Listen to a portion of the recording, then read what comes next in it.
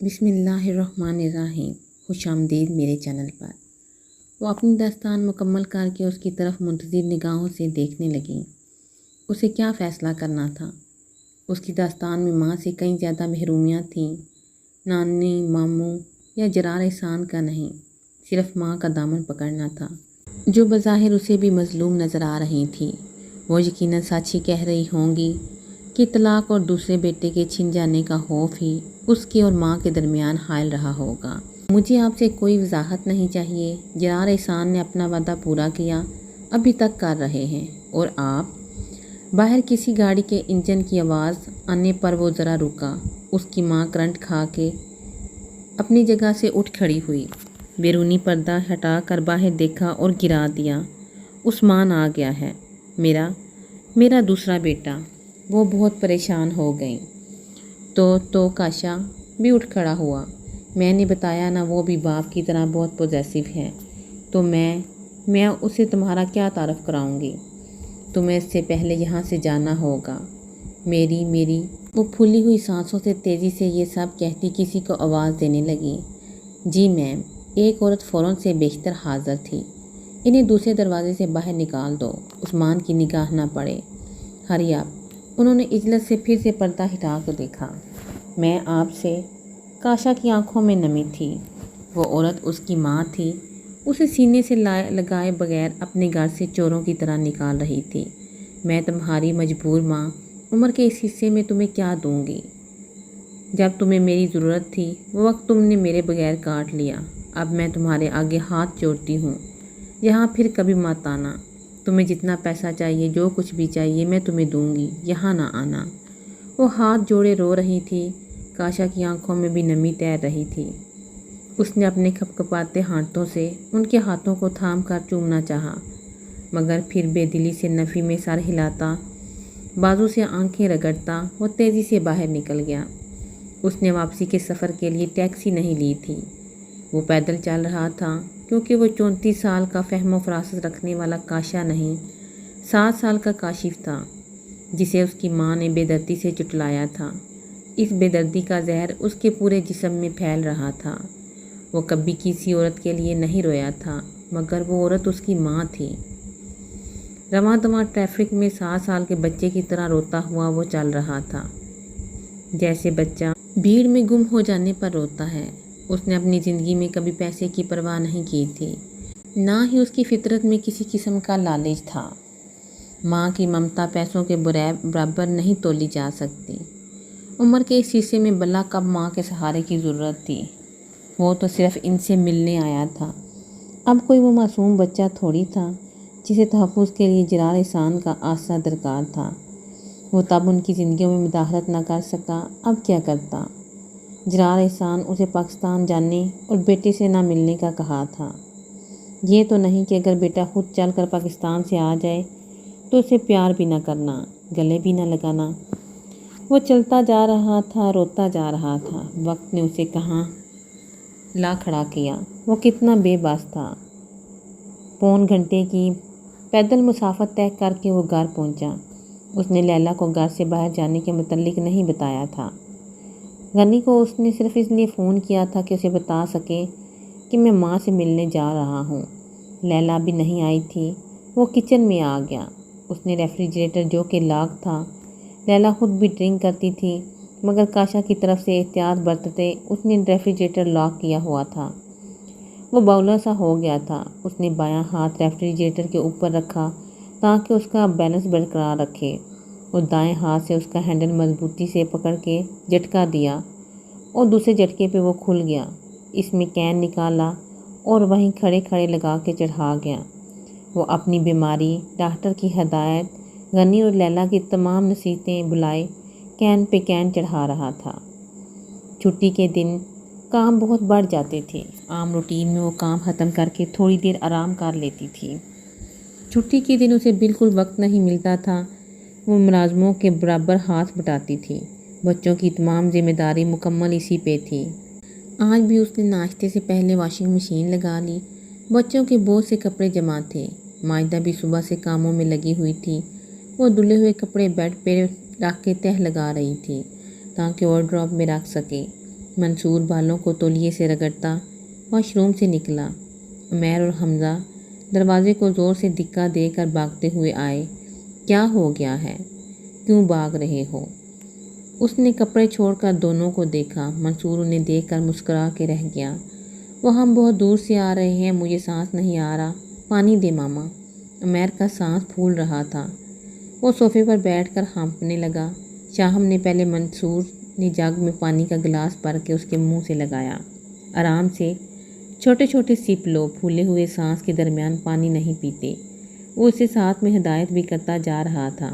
حمزہ کے چہرے پر گھبراہٹ تھی۔ شاہم بیڈ سے اٹھ کر ان کے پاس آ گئی۔ کہاں سے آ رہے ہو حمزہ؟ عمیر نے کہا کہ بہت دور سے آ رہے ہیں۔ شاہم نے یاد کیا کہ وہ تقریباً آدھے گھنٹے سے غائب تھے۔ وہ کاموں میں مصروف ہو کر یہ سوچ کر رہ گئی یہیں کہیں چھپے ہوں گے، کوئی شرارت کر رہے ہوں گے۔ ماما وہ اس نے عمیر کی طرف دیکھا۔ وہ اٹک رہا تھا۔ منصور بھی مکمل طور پر ان کی طرف متوجہ تھا۔ ان کی ہچکچاہٹ ظاہر کر رہی تھی وہ کچھ غلط کر کے چھپا رہے ہیں۔ حمزہ عمیر کی طرف نہیں، میری طرف دیکھو، جلدی بتاؤ کہاں تھے؟ شاہم نے لہجہ سخت کر لیا۔ عمیر نے اسے سب بتانے کا اشارہ دیا۔ ماما ہم نے گوسٹ دیکھا ہے، اس لیے ہم ڈر گئے۔ بھوت؟ وہ کہاں دیکھ لیا؟ وہ بھی گھر میں؟ وہ حیران ہوئی۔ منصور دھیما سا مسکرا دیا۔ ان دونوں کی شرارتیں عقل سے پیدل ہوتی تھیں، خاص طور پر چھٹی والے دن۔ وہ سارا گھر سر پر اٹھائے رکھتے تھے۔ شاہم کبھی ڈانٹ دیتی یا نظر انداز کر دیتی۔ وہ بچوں پر زیادہ سختی کی ہرگز قائل نہ تھی۔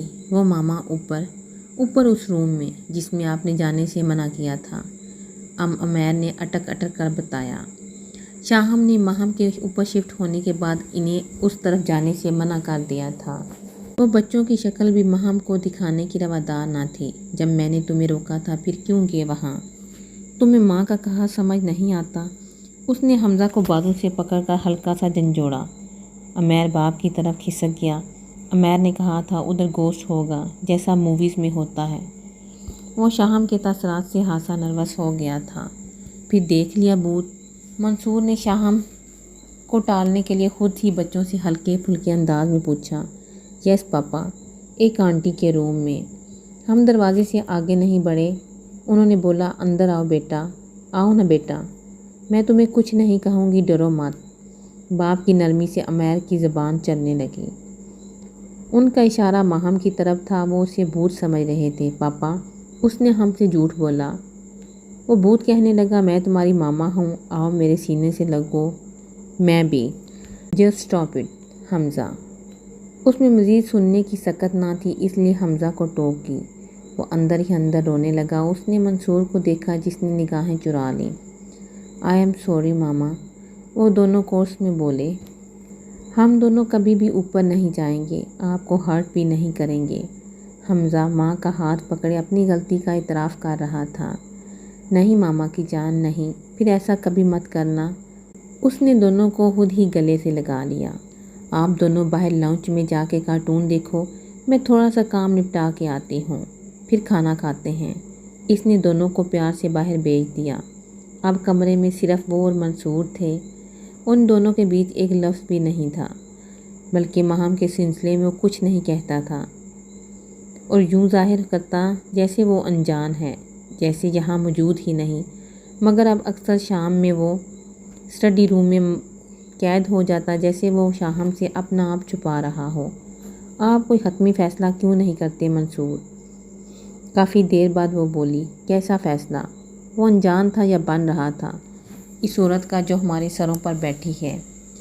ابھی بچے اسے بھوت سمجھ رہے ہیں، وہ ان کو ماں کہنے لگیں گے۔ وہ آخرکار یہاں کیا لینے آئی ہے؟ وہ منصور پر چڑھ دوڑی۔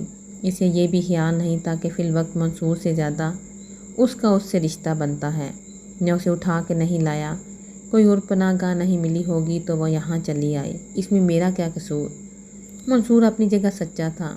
یہ کوئی عیدی سینٹر یا دارالعلوم نہیں ہے جب جس کا جی چاہے منہ اٹھائے اور چلا آئے۔ گھر ہے ہمارا، فیملی ہے، اسے یہاں سے جانے کا کہہ دیں، میں مزید اسے برداشت نہیں کر سکتی۔ وہ غصے سے لال پیلی ہو رہی تھی، اس کے منہ سے بات نکلنا مشکل تھی۔ سوری آئی کانٹ، اس نے ہاتھ اٹھا کر صاف انکار کر دیا۔ اوکے، آپ نہیں تو میں خود ابھی جاتی ہوں، اسے دھکے دے کر گھر سے باہر نکالتی ہوں، دیکھتی ہوں کیسے نہیں نکلتی۔ شاہم غصے میں آگے بڑھی تو منصور سامنے آ گیا۔ واٹ نان سینس، بچوں کے سامنے تماشا کریٹ کرو گی، ملازم ہیں وہ کیا سوچیں گے؟ میں کر لوں گا اس کا کچھ بندوبست، مجھے سوچنے دو، صرف تھوڑا ٹائم دو پلیز۔ اس نے اسے بہت نرمی سے روکا ورنہ وہ عمل کرنے والی تھی۔ یہ بھی شکر تھا کہ یہ واقعہ منصور کی موجودگی میں پیش آیا، ورنہ ماہم کی خیر نہیں تھی۔ وہ ساری شام منصور نے اسٹڈی روم میں خاموشی سے کچھ سوچتے گزاری۔ اسی کمرے میں ماہم نے اپنے جرم کا اعتراف کیا تھا، اسی کمرے میں منصور نے اسے طلاق کا مطالبہ کیا تھا۔ ماہم نے اسے پھر سے کشمکش میں ڈال دیا۔ اسے پہلے روز ہی دیکھ کر منصور نے سوچا اسے یہاں نہیں آنا چاہیے تھا۔ منصور نے پورے 6 سال اس سے پل پل بے انتہا محبت کی۔ وہ محبت کسی وقت انگڑائی لے کر بیدار ہو سکتی تھی۔ دل میں بغض، کینہ یا کھوٹ رکھنے والا انسان نہیں تھا۔ اس کی فطرت میں معاف کر دینے، صلہ رحمی اور بھول جانے کا عنصر بہت زیادہ تھا۔ ماہم کی حرکات اسے شروع سے کھٹکتی تھیں، مگر اس نے اپنے ذہن میں کبھی کسی شک و شبے میں نہ پڑنے دیا تھا۔ مگر ماہم نے وہی کیا جسے وہ نظر انداز کرتا رہا تھا۔ ماہم چلی گئی، بچے اس کے سپرد کر کے۔ وہ چاہتا تو شاہم کے کردار پر شک کر کے اس کی بہن کے کیے کا غصہ اس پر نکال سکتا تھا، مگر اس نے ایسا کرنا تو سوچا بھی نہیں تھا۔ وہ اس بات کو تسلیم کرتا تھا، شاہم نے اس سے شادی کا فیصلہ محبت کی نہیں عقل کی بنیاد پہ کیا تھا۔ محبت تو ابھی بھی ان دونوں میں صرف نام کی حد تک تھی، ورنہ وہ دونوں صرف اپنے رشتے کا احترام کرتے تھے۔ ان دونوں نے ایک دوسرے سے محبت جیسی توقعات کبھی نہیں رکھی تھی۔ نہ شاہم سج سنور کے منصور سے تعریف سننے کی ہوا تھی اور نہ ہی وہ اس کے ناز نخرے اٹھاتا۔ ان دونوں کے اس تعلق کا سبب صرف بچے تھے۔ ماہم کے آ جانے پر اس نے چند ایک بار سوچا کہ کاش میں شاہم کی زبردستی کا یہ بندھن قبول نہ کرتا۔ جب سے ماہم آئی تھی، شاہم صرف ایک بار اوپر گئی تھی، آز کرنے کے لیے۔ منصور کے سامنے اگر وہ ماجدہ اس سے کچھ پوچھ گچھ کرتی تو وہ انجان بن جاتا۔ وہ شاہم کو اپنی طرف سے کوئی تکلیف نہیں دینا چاہتا تھا، کیونکہ شاہم سے محبت نہ سہی مگر وہ اس کی قربانی اور ہمت کی عزت ضرور کرتا تھا۔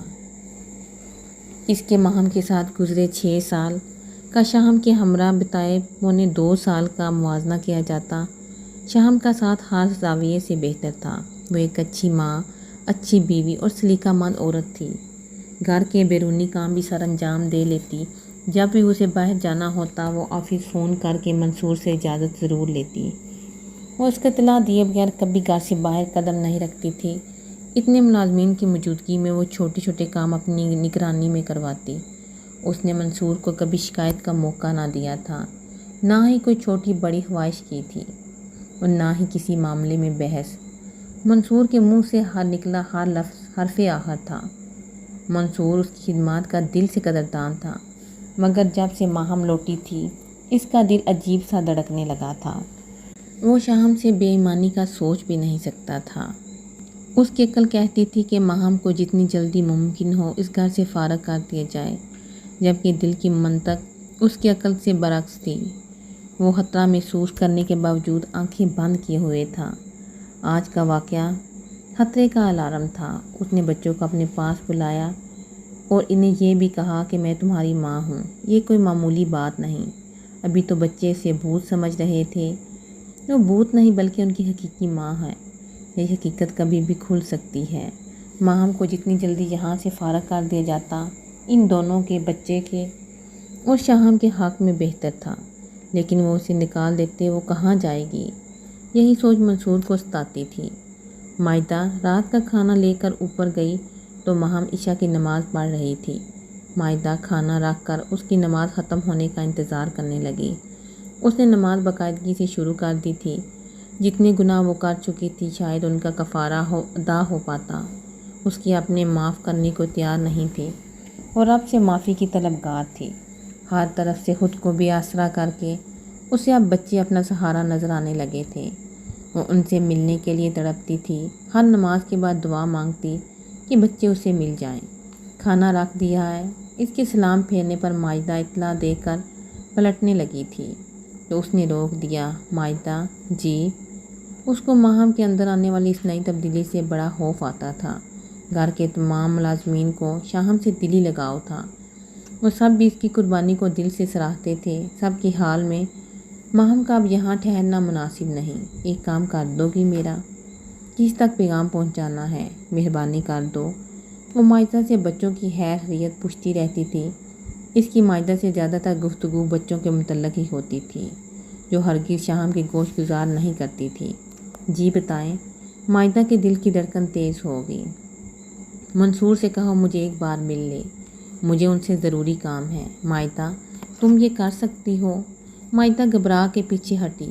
اس گھر کی ملازم ہی نہیں، ان کی دور پار کی رشتہ دار تھی، جہاں کی سچی خیر خواہ اور نمک خوار تھی۔ ان کے آپس کے معاملات کے بارے میں وہ اپنی الگ سے ذاتی رائے تو رکھ سکتی تھی، مگر مداخلت کی جرأت نہیں تھی۔ وہ ان کے حق میں بھی تھی، وہ اسے بے خبر رکھ کے وار نہیں کر سکتی تھی۔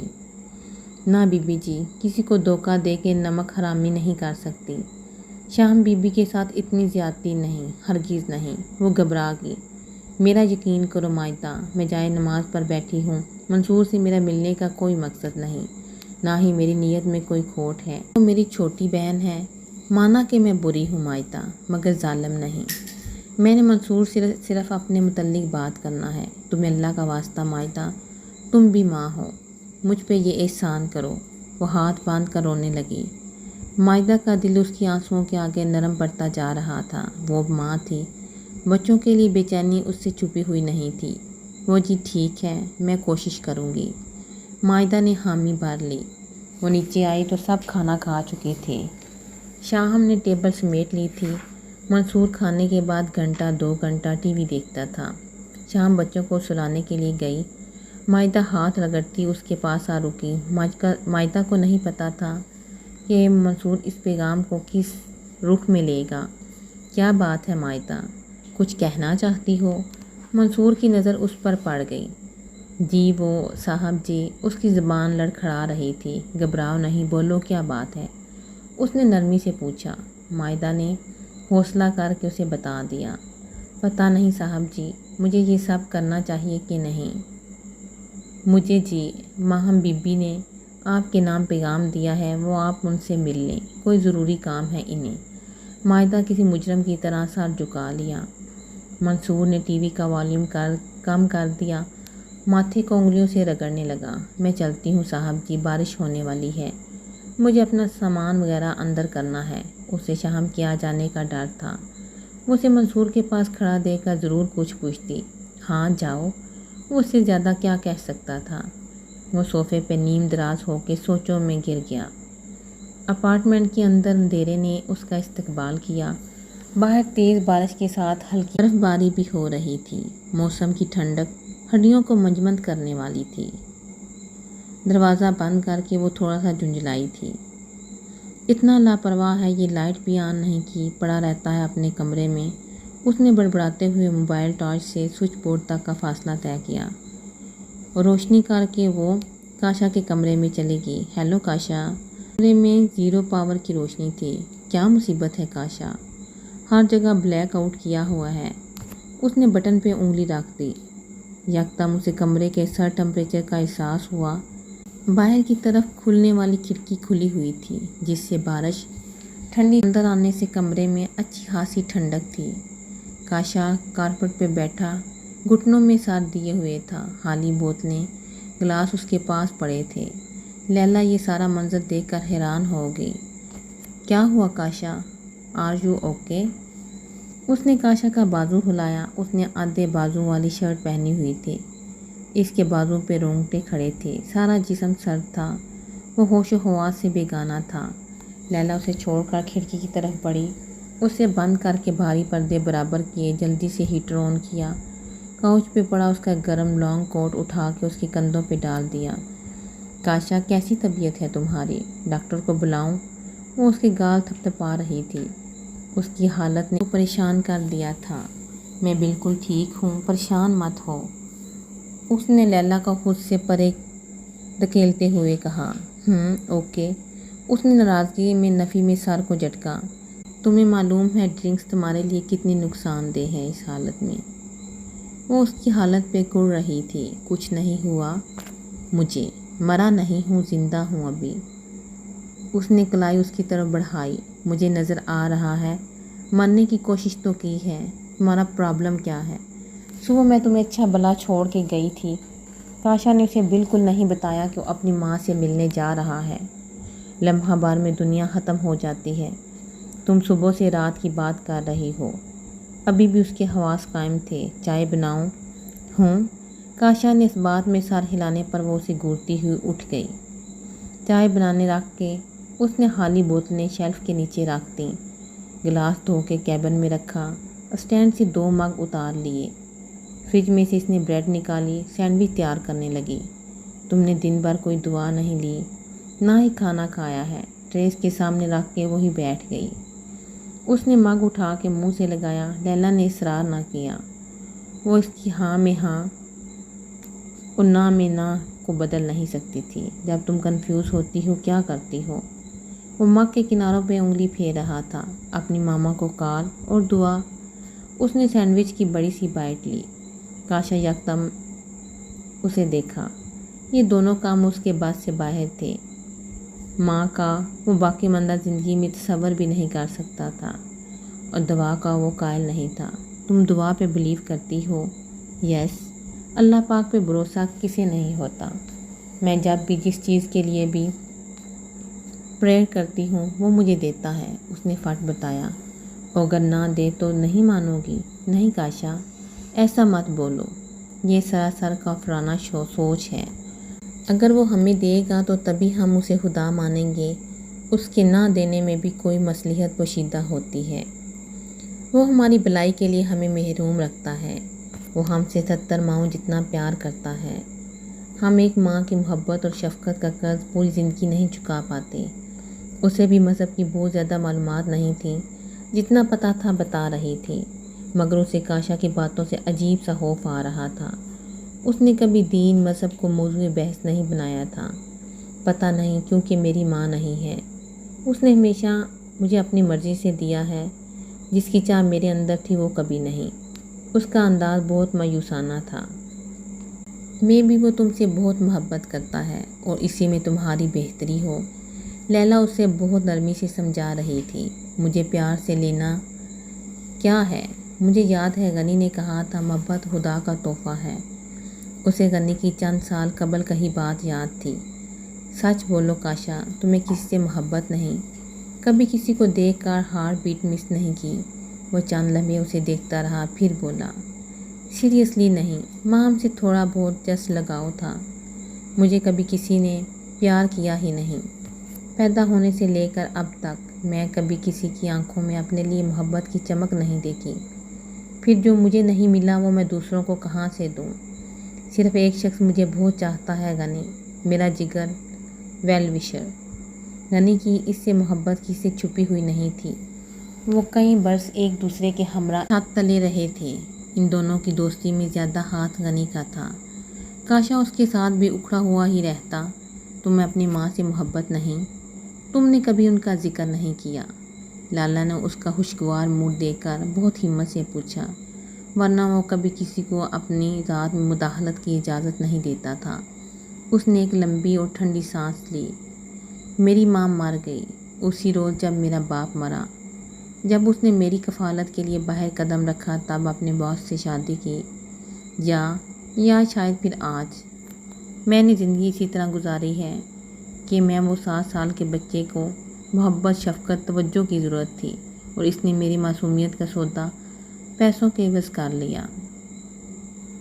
اس بچپن نامی شے سے میں ناآشنا ہوں۔ پتہ ہی نہیں چلا میں کب نانی کے ماموں کی گالیاں کھاتا بڑا ہو گیا، اتنا بڑا کہ گالیوں کا جواب گالیوں سے دیتا۔ نانی کا اپنے گال کی طرف بڑا ہاتھ تھام کر چٹک دیتا۔ گلی میں 2-4 لڑکوں سے پنگے لیے، کاشف سے کاشا بن گیا۔ کتابوں کی جگہ ہاتھ میں ریوالور آ گیا۔ ماں سے الگ اور بڑے گھر کا مطالبہ کر دیا۔ اب میں نانی کے ساتھ نہیں رہ سکتا تھا۔ میں اپنی اتنی آزادی کا ناجائز استعمال کرنے لگا۔ مجھے کوئی پوچھنے والا تھا نہ سمجھانے والا۔ میں نے ہر وہ کام کیا جو مجھے زیب نہیں دیتا تھا۔ مجھے وہ عورت قابل نفرت لگتی، اس کی ذات اور عزت کی دچیاں اٹھانا میرا محبوب مشغلہ بن گیا۔ میں پیسے کا بے دریغ ضیاع کرتا۔ پیسے نے مجھ سے میرا واحد خونی رشتہ چھین لیا تھا، باقی کو لالچی کیا تھا، حتیٰ کہ میری ماں مجھ سے دور چلی گئی۔ اسے دھن دولت مجھ سے زیادہ عزیز تھی۔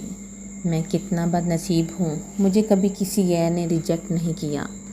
مجھے میری ماں دھتکار رہی ہے، پیسوں کی طمع دے کر دھتکار رہی ہے۔ اس نے گھٹنوں میں سر دے لیا۔ لیلا کو لگا وہ رو رہا ہے۔ اس کی گفتگو کا کچھ حصہ سمجھ میں آیا، کچھ نہیں۔ وہ اس سے وضاحت نہیں مانگ سکتی تھی۔ وہ صبح اس سے اچھا خاصا چھوڑ کر گئی تھی۔ اب اس کی حالت اس قدر بگڑی ہوئی تھی، آنکھوں کے نیچے سیاہ حلقے واضح ہو رہے تھے۔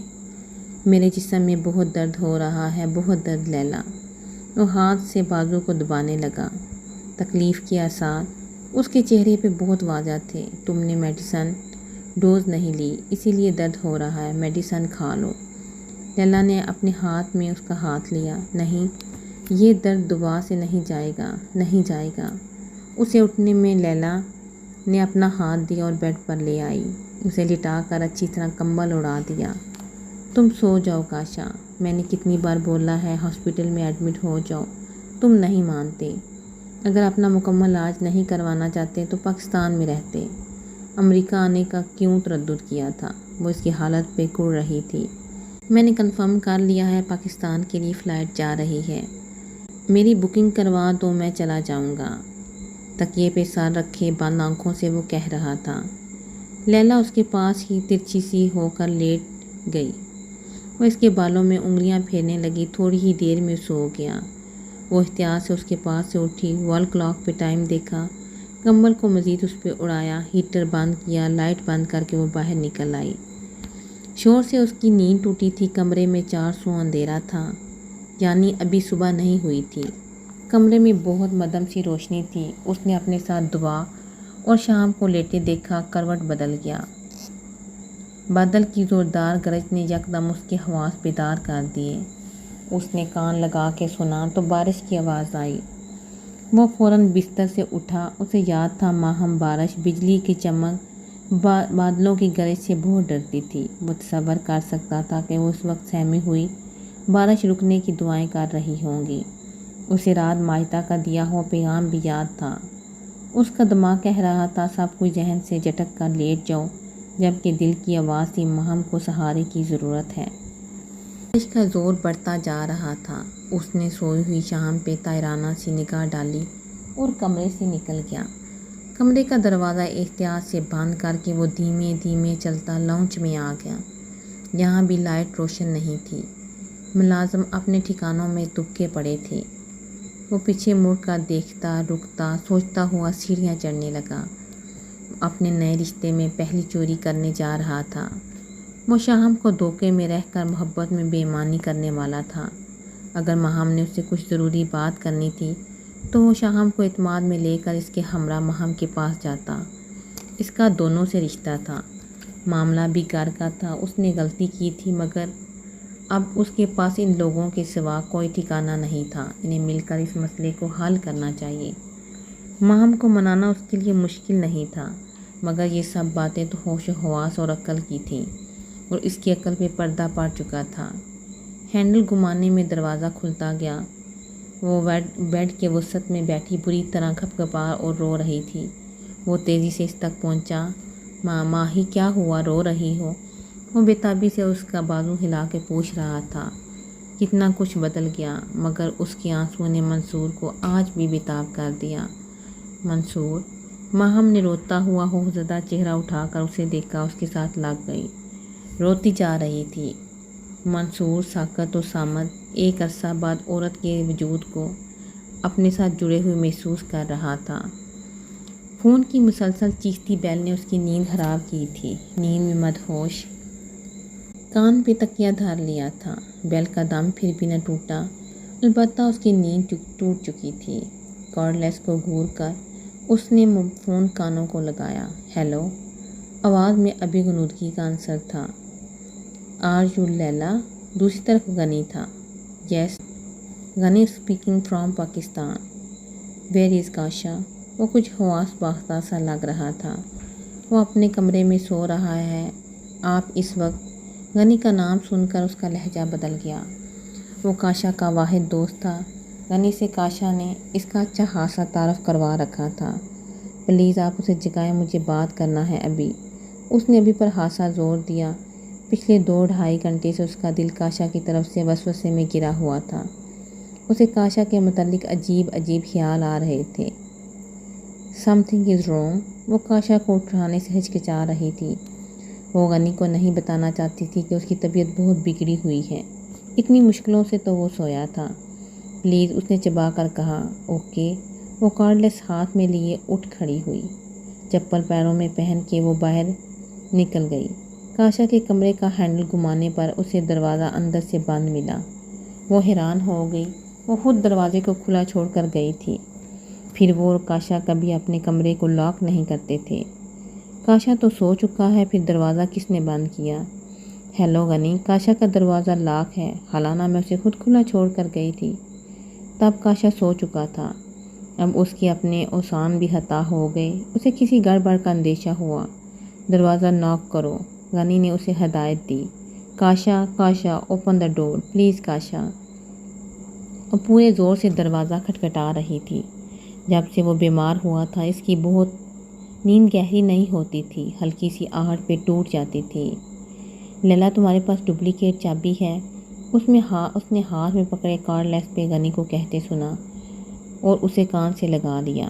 ہاں، مگر ڈھونڈنا پڑے گی، اس نے جلدی سے یاد کر کے بتایا۔ جلدی ڈھونڈو، ہری آپ۔ بالوں میں انگلیاں پھنسائے وہ مسلسل چکرا رہا تھا۔ یا اللہ خیر! بے اختیار مصیبت میں اس کے منہ سے مالک کا نام نکلا۔ لیلا نے ریک کی ساری چیزوں کو پلٹ پلٹ کر دیکھا۔ درازوں میں سے وہ چیزیں نکال نکال کر پھینکتی جا رہی تھی۔ اس کے دل کی دھڑکن تیز تھی اور ہونٹ خشک ہو گئے تھے۔ کارڈ لیس کراؤن پر رکھ کر اس نے بیڈ کی دراز کو باہر کھینچا۔ اس میں کچھ کاغذات تھے جو اس نے پرے اچھال دیے۔ نیچے کچھ اور فالتو چیزوں کے ساتھ چابیوں کا گچھا تھا۔ چابیاں مٹھی میں جگڑ کر اس نے کارڈ لیس اٹھا کر کان کو لگا لیا۔ چابی مل گئی ہے، میں کھولتی ہوں۔ نمبر پڑھ کے چابی لاک میں گھماتے ہوئے اس کے ہاتھ واضح طور پر کھپ کھپا رہے تھے۔ ٹانگوں سے جان جا رہی تھی۔ دروازہ دھکے سے کھول کر وہ اندر داخل ہوئی۔